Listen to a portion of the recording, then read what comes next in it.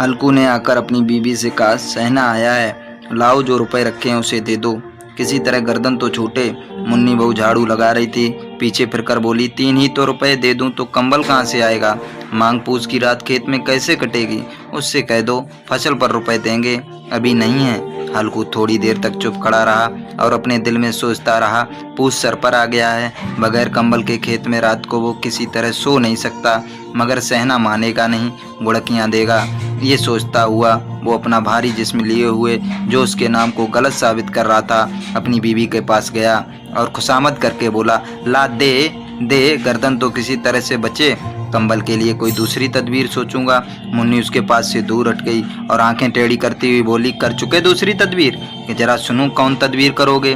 कौन कंबल खैरात में दे देगा? ना जाने कितना रुपया बाकी है जो किसी तरह अदा ही नहीं होता। मैं कहती हूँ तुम खेती क्यों नहीं छोड़ देते, मर मर कर काम करो, पैदावार हो तो उससे कर्जा अदा करो। चलो छुट्टी हुई कर्जा अदा करने के लिए तो हम पैदा ही हुए हैं, ऐसी खेती से बाज आए। मैं रुपए ना दूंगी ना दूंगी। हल्कू रंजीदा होकर बोला, तो क्या गालियां खाऊं?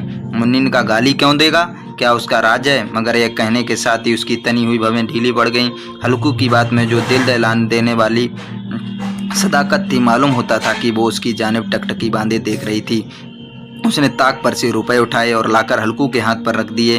फिर बोली, तुम अब की खेती छोड़ दो, मजदूरी में सुख से एक रोटी तो खाने को मिलेगी, किसी धौंस तो ना रहेगी। अच्छी खेती है, मजदूरी करके आओ, वो भी उसमें झोंक दो, उस पर से धौंस। हल्कू ने रुपए लिए और इस तरह बाहर चला। मालूम होता था वो अपना कलेजा निकाल कर देने जा रहा है। उसने एक एक पैसा काट कर 3 रुपए कंबल के लिए जमा किए थे, वो आज निकले जा रहे हैं। एक एक कदम के साथ उसका दिमाग अपनी नादारी के बोझ में दबा जा रहा था। पूस की अंधेरी रात, आसमान पर तारे भी ठिठुरते हुए मालूम होते थे।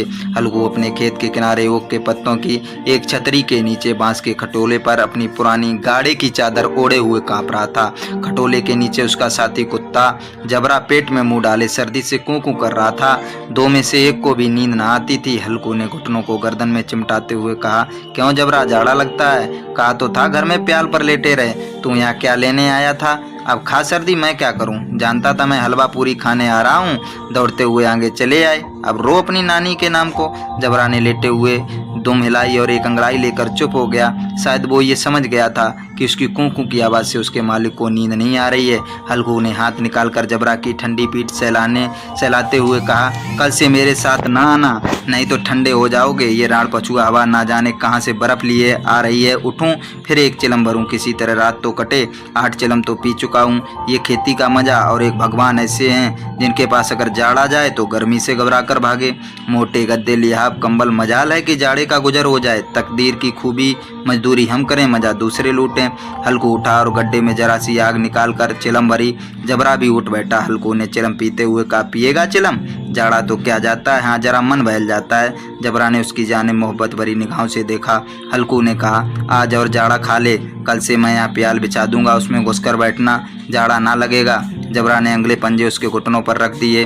उसे अपनी गोद से चिमटाते हुए ऐसा सुख मालूम होता था जो इधर महीनों से उसे ना मिला था। जबरा शायद ये ख्याल कर रहा था कि बाहिश्त यही और हल्कू की रूह इतनी पाक थी कि उसे कुत्ते से बिल्कुल नफरत ना थी। वो अपनी गरीबी से परेशान था जिसकी वजह से वो इस हालत को पहुंच गया था। ऐसी अनोखी दोस्ती ने उसकी रूह के सब दरवाजे खोल दिए थे।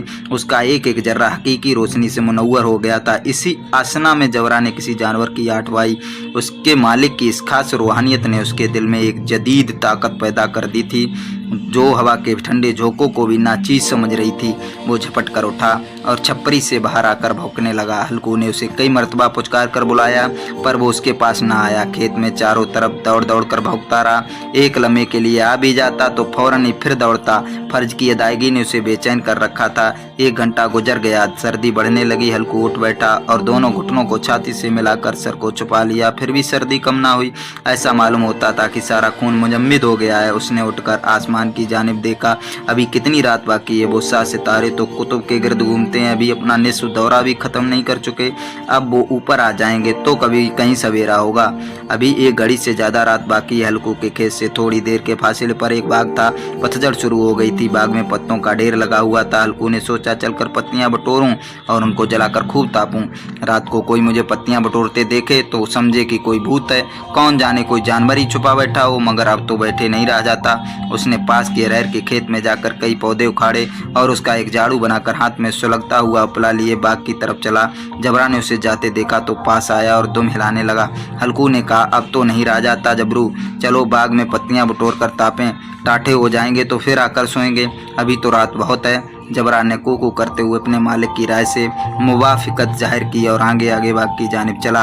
बाग में घटाटोप अंधेरा छाया हुआ था। दरख्तों से शबनम की बूंदें टप टप टपक रही थीं। एकाएक झोंका मेहंदी के फूलों की खुशबू लिए हुए आया। हल्कू ने कहा, कैसी अच्छी महक आई जबरा, तुम्हारी नाक में भी कुछ खुशबू आ रही है। जबरा को कहीं जमीन पर एक हड्डी बड़ी मिल गई थी, वो उसे चूस रहा था। हल्कू ने आग जमीन पर रख दी और पत्तियां बटोरने लगा। थोड़ी देर में पत्तों का एक ढेर लग गया। हाथ ठिठुरते जाते थे, नंगे पांव गले जाते थे और वो पत्तियों का पहाड़ खड़ा कर रहा था। उसी अलाव में वो सर्दी को जलाकर खाक कर देगा। थोड़ी देर में अलाव जल उठा। उसकी लौ ऊपर वाले दरख्त की पत्तियों को छू छू कर भागने लगी। इस मुंतजलजल रोशनी में बाग के आलीशान दरख्त ऐसे मालूम होते थे कि वो इस लाइनते अंधेरे को अपनी गर्दन पर संभाले हों। तारीकी के उस अथाह समंदर में ये रोशनी एक नाव के मानिंद मालूम होती थी। हल्कू अलाव के सामने बैठा हुआ आग ताप रहा था। 1 मिनट में उसने अपनी चादर बगल में दबा ली और दोनों पांव फैला दिए। गोया वो सर्दी को ललकार कर कह रहा था, तेरे जी में आए बोकर सर्दी की इस बेपाया ताकतवर फतेह पाकर वो खुशी को छुपा ना सकता था। उसने जबरा से कहा, क्यों जबरा, अब तो ठंड नहीं लग रही है? जबरा ने कों करके गोया कहा, अब क्या ठंड लगती ही रहेगी, पहले ये तदबीर नहीं सूझी? नहीं तो इतनी ठंड क्यों खाते? जबरा ने दो मिलाई। अच्छा आओ इस अलाव को कूद कर पार करें, देखें कौन निकल जाए हैं। अगर जल गए बच्चा तो मैं दबा ना करूंगा। जबरा ने खौफजदा निगाहों से अलाव की जानिब देखा। मुन्नी से कल ये ना जड़ देना कि रात ठंडी लगी, ताप ताप कर रकाटी वरना लड़ाई करेगी, कहता हुआ वो उछला। उस अलाव के ऊपर से सांप निकल गया। पैरों में जरा सी लिपट लग गई और वो कोई बात ना थी। जबरा अलाव के गिर्द घूम कर उसके पास खड़ा हुआ। हल्कू ने कहा, चलो चलो इसकी सही नहीं, ऊपर से कूद कर आओ। वो फिर कूदा, अलाव के उस पार आ गया। पत्तियां जल चुकी थीं। बगीचे में फिर अंधेरा छा गया था। राख के नीचे कुछ कुछ आग बाकी थी, जो हवा का झोंका आने पर जरा जाग उठती थी, पर एक लम्हा में फिर आंखें बंद कर लेती थी। हल्कू ने फिर चादर ओढ़ ली और गर्म राख के पास बैठा हुआ एक गीत गुनगुनाने लगा। उसके जिस्म में गर्मी आ गई, पर जूं जूं सर्दी बढ़ती जाती थी उसे सुस्ती दबा लेती थी। दफतन जबरा जोर से भौंक कर खेत की तरफ भागा। हल्कू को ऐसा मालूम हुआ कि जानवर का एक गोल उसके खेत में आया। ऐसा नीलगाय का झुंड था। इनके कूदने और दौड़ने की आवाज़ें साफ साफ कान में आ रही थीं। फिर ऐसा मालूम हुआ कि खेत में चर रही हैं। उसने दिल में कहा, जबरा के होते हुए कोई जानवर खेत में नहीं आ सकता। नोची डाले, मुझे वहम हो रहा है। कहाँ, अब तो कुछ सुनाई नहीं देता। मुझे भी कैसा धोखा हुआ है। उसने जोर से आवाज़ लगाई, जबरा जबरा। जबरा भौंकता रहा, उसके पास ना आया। जानवरों की चरने की आवाज़ चरचर सुनाई देने लगी। हल्कू अब अपने को फरेब ना दे सका, मगर उसे उस वक्त अपनी जगह से हिलना जहर मालूम होता था। कैसा गरमाया हुआ मजे से बैठा हुआ था इस जाड़े पाले में। खेत में जाना, जानवरों को भगाना, उनका तयाकुब करना उसे पहाड़ मालूम होता था। अपनी जगह से ना हिला। बैठे बैठे जानवरों को भगाने के लिए चिल्लाने लगा, लियो लियो, हो हा हा। मगर जबरा फिर भौंक उठा। अगर जानवर भाग जाते तो वो अब तक लौट आया होता। नहीं भागे, अभी तक चर रहे हैं। शायद वो भी समझ रहे हैं कि इस सर्दी में कौन विदा जो उनके पीछे दौड़ेगा। फसल तैयार है। कैसी अच्छी खेती थी, सारा गांव देख देख कर जलता था। उससे ये आगे तबाह किए डालते हैं। अब हल्कू से ना रह गया तो वो पक्का इरादा करके उठा और 2-3 कदम चला। फिर एकाएक हवा का ऐसा ठंडा चुभने वाला बिच्छू के डंक का सा झोंका लगा। वो फिर बुझते हुए अलाव के पास आ बैठा और राख को कुरेद कुरेद कर अपने ठंडे जिस्म को गरमाने लगा। जबरा अपना गला फाड़े डालता था। नील गाय खेत का सफाया की डालती थी और हल्कू गर्म राख के पास बहिस बैठा हुआ था। अफसरदगी ने उसे चारों तरफ से रस्सी की तरह जकड़ रखा था। आखिर वहीं चादर ओढ़कर सो गया। सवेरे जब उसकी नींद खुली तो देखा चारों तरफ धूप फैल गई है और मुन्नी खड़ी कह रही है, क्या आज सोते ही रहोगे? यहाँ मीठी नींद सो रहे हो और उधर सारा खेत चौपट हो गया है। सारा खेत का सत्यानाश हो गया। भला कोई ऐसा भी सोता है तुम्हारे यहाँ? मंडियाँ डालने से क्या हुआ? हल्कू ने बात बताई, मैं मरते मरते बचा। तुझे अपने खेत की पड़ी है। पेट में ऐसा दर्द उठा कि मैं ही जानता हूँ। दोनों फिर खेत के डांडे पर आए। देखा खेत में एक पौधे का नाम नहीं और जबरा मड़ैया के नीचे चित पड़ा है। गोया बदन में जान नहीं है। दोनों खेत की तरफ देख रहे थे। मुन्नी के चेहरे पर उदासी छाई हुई थी, पर हल्कू खुश था। मुन्नी ने फिक्रमंद होकर कहा, अब मजूरी करके मालगुजारी देने पड़ी। हल्कू ने मस्ताना अंदाज से कहा, रात को ठंड में यहाँ सोना तो ना पड़ेगा।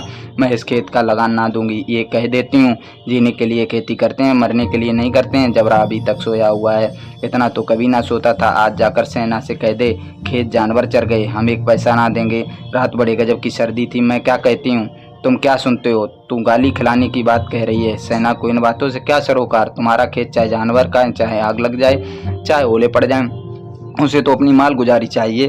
तो छोड़ दो खेती, मैं ऐसी खेती से बाज आई। हल्कू ने मायूसना अंदाज से कहा। जी, मन में तो मेरे भी यही आता है कि खेती बाड़ी छोड़ दूं मुन्नी, तुझसे सच कहता हूँ, मगर मजूरी का ख्याल करता हूँ तो जी घबरा उठता है। किसान का बेटा होकर अब मजूरी ना करूँगा, चाहे कितनी ही दुर्गत हो जाए। खेती का मर्दाज नहीं बिगाड़ूंगा। जबरा जबरा क्या सोता ही रहेगा, चल घर चलें। आजकल किसान हर चर्चा का विषय होकर भी कुछ नहीं है। उसकी वही हालत है जो आज़ादी से पहले थी। अगर देश के नेताओं को हमारे देसी साहित्यों पर भरोसा होता तो शायद इतने वर्ष नहीं लगते यह जानने में किसान आज भी साहूकारों के चंगुल में फंसा है।